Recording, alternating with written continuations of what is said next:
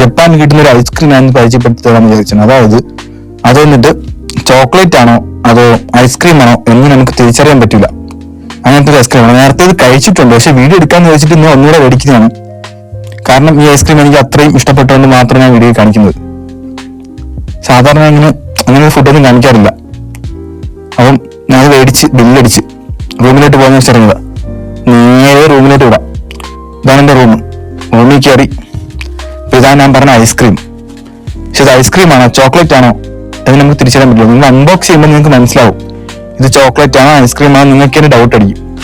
അങ്ങനത്തെ ഒരു സാധനമാണ്. നിങ്ങൾ വീഡിയോ കാണാം, അപ്പോൾ മനസ്സിലാവും.